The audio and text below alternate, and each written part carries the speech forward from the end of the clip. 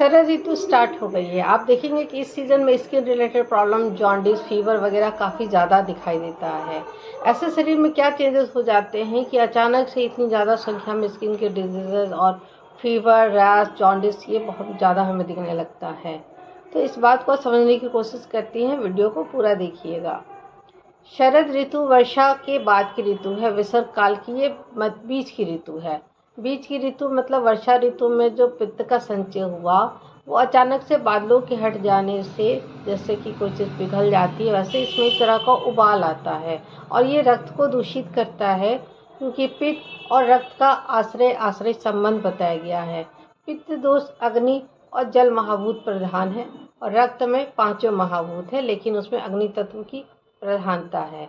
जब शरीर में अग्नि तत्व बढ़ता है तो आपको बहुत ज़्यादा पसीना आना, गर्मी लगना, एक्सेसिव गुस्सा आना, मुंह में बार बार छाले पड़ जाना, मुखपाक होना, स्किन से रिलेटेड जितने भी प्रॉब्लम हैं, उसे आप अर्टिकेरिया कहें या एब्सेस कहें या फिर आप उसे एलर्जी कहें, ये हमारे अलग अलग त्वचा विकार है, जिसका कि चरक संहिता में डिटेल वर्णन है विधि सोनित्य अध्याय में। जॉन्डिस के पेशेंट भी इस वक्त बहुत ज़्यादा परेशान रहते हैं। उसके आगे फिर जितने भी मांस की व्याधियां हैं, यानी फोड़े फुंसियाँ वगैरह होना, ये भी हमें काफ़ी ज़्यादा मिलता है। और जो वायरल फीवर इस वक्त हो रहे हैं वो ईजिली ठीक नहीं हो रहे, क्योंकि उसमें रक्त दूषित है और रक्त की चिकित्सा बहुत संभल के करनी पड़ती है। उसमें उष्ण चिकित्सा और शीत चिकित्सा बारी बारी से करनी पड़ती है, अदरवाइज पेशेंट को तकलीफ होती है, उससे रिलीफ नहीं मिलता है। दिनचर्या देख लेते हैं। शरद ऋतु में आप देखेंगे कि शारदीय नवरात्र मनाया जाता है और कार्तिक में बहुत सारे ही व्रत मनाए जाते हैं।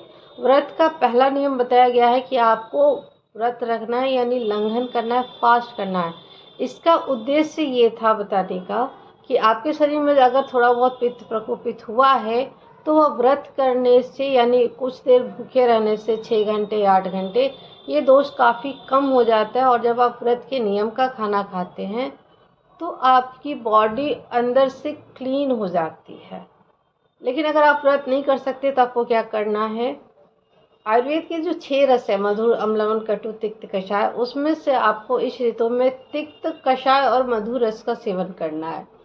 सिंपल भाषा में कहें, नीम जैसी चीज़ें, मेथी का साग है, परवल है, लौकी है, नेनुआ है, या फिर घिया है, कुसमांड है, जैसे कि हम पेठा भी कहते हैं, इसका ज़्यादा यूज़ करें। तेल में आप घी का ज़्यादा यूज़ करें। सरसों तेल अभी थोड़ा कम यूज़ करें क्योंकि वो बहुत ज़्यादा उष्ण होता है। जितने भी गरम मसाले हैं, मिर्च, लहसुन, लाल मिर्च, इसका सेवन भी थोड़ा कम करें। और अपनी बॉडी को किसी भी आयुर्वेद फिजिशियन से मिलकर डिटॉक्स जरूर कराएं, क्योंकि अगर आपको बार बार त्वचा संबंधी विकार है तो यही समय है जब आप उसको पूरी तरह से अपनी क्लींजिंग करके पूरे साल इन समस्याओं से निजात पा सकते हैं।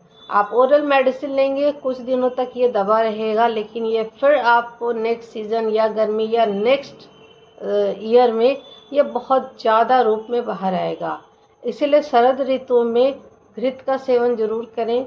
तिक्त घृत, महातिक्त, शतावरी घृत, किसी का भी यूज़ कर सकते हैं। और जितनी भूख लगी है उससे थोड़ा सा कम खाएं। पानी हल्का गर्म करके, ठंडा करके ही पिएं। और बेस्ट है कि इस सीज़न में आप बहुत ज़्यादा खट्टी चीज़ें, दही और छार वाली चीज़ें जैसे पापड़ है, सॉस वगैरह है, उसका सेवन आप ना करें अगर आपको स्किन की प्रॉब्लम है, अदरवाइज बहुत ज़्यादा प्रॉब्लम बढ़ जाएगी। आप मुझे इस नंबर पे अपनी डिटेल ट्रीटमेंट के लिए भी कंसल्ट कर सकते हैं। मेरा नाम डॉक्टर रोमा गुप्ता है। इस वीडियो को एक लाइक और सब्सक्राइब ज़रूर करें। धन्यवाद।